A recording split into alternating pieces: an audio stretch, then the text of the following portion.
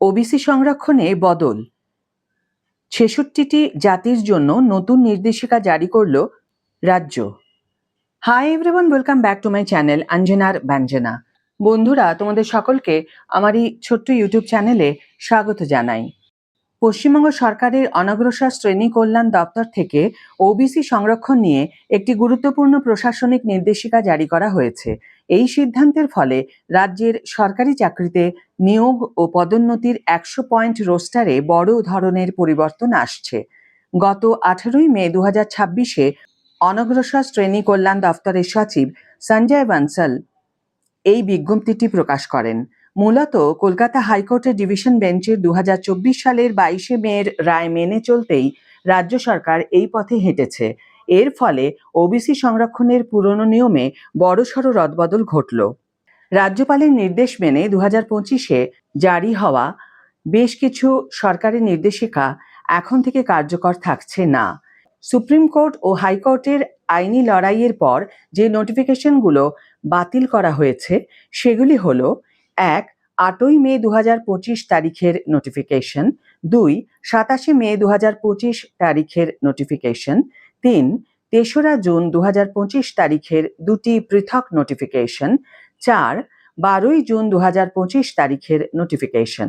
পাশাপাশি গত ২৭শে জানুয়ারি ২০২৬-এ প্রকাশিত ১০০ পয়েন্ট রোস্টারটি সংশোধন করে নতুন করে তৈরি করার জন্য শ্রম দফতরকে নির্দেশ দেওয়া হয়েছে।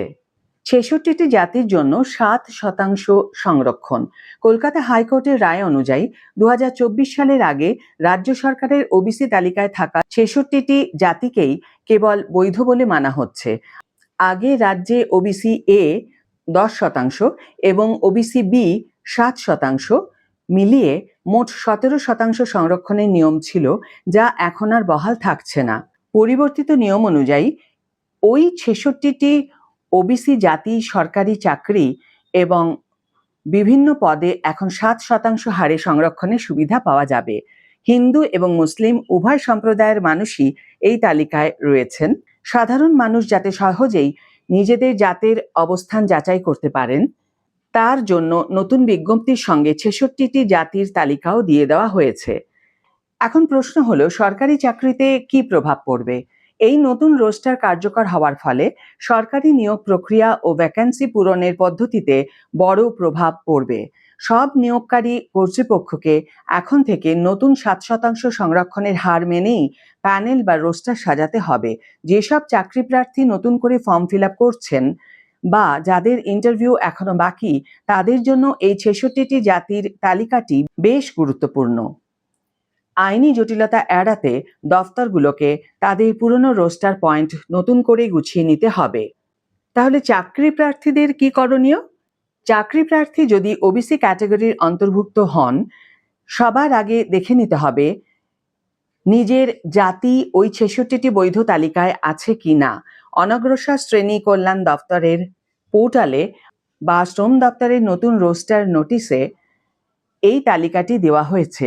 যাদের সার্টিফিকেট এই তালিকার বাইরের জাতের ভিত্তিতে তৈরি, বর্তমান সংরক্ষণ সুবিধা পেতে তারা আইনি বা প্রশাসনিক বাধার মুখে পড়তে পারেন। সবশেষে বলে রাখা ভালো, এই নির্দেশিকা কেবল নতুন নিয়োগ এবং ভবিষ্যতে পদোন্নতির ক্ষেত্রে প্রযোজ্য। হাইকোর্টের নির্দেশে আগের নিয়োগগুলি সুরক্ষিত থাকলেও এখন থেকে নতুন রোস্টার পয়েন্ট মেনে চলা বাধ্যতামূলক। আজকের ভিডিও এখানে শেষ করছি বন্ধুরা। ভিডিওটি যদি কার্যকর বলে মনে হয়ে থাকে তাহলে অবশ্যই একটি ছোট্ট করে লাইক দিও, শেয়ার করো বন্ধুদের সাথে, কমেন্ট করে জানিও তোমাদের মতামত। যারা এখনো আমার চ্যানেলটিকে সাবস্ক্রাইব করোনি তারা অবশ্যই চ্যানেলটিকে সাবস্ক্রাইব করে আমার পাশে থেকো, আর যারা অলরেডি সাবস্ক্রাইব করে দিয়েছো তাদের জন্য আমার অনেক ভালোবাসা এবং অনেক ধন্যবাদ। আজ তাহলে বিদায় বন্ধু, দেখা হবে পরের ভিডিওতে। ভালো থেকো, সুস্থ থেকো, সঙ্গে থেকো।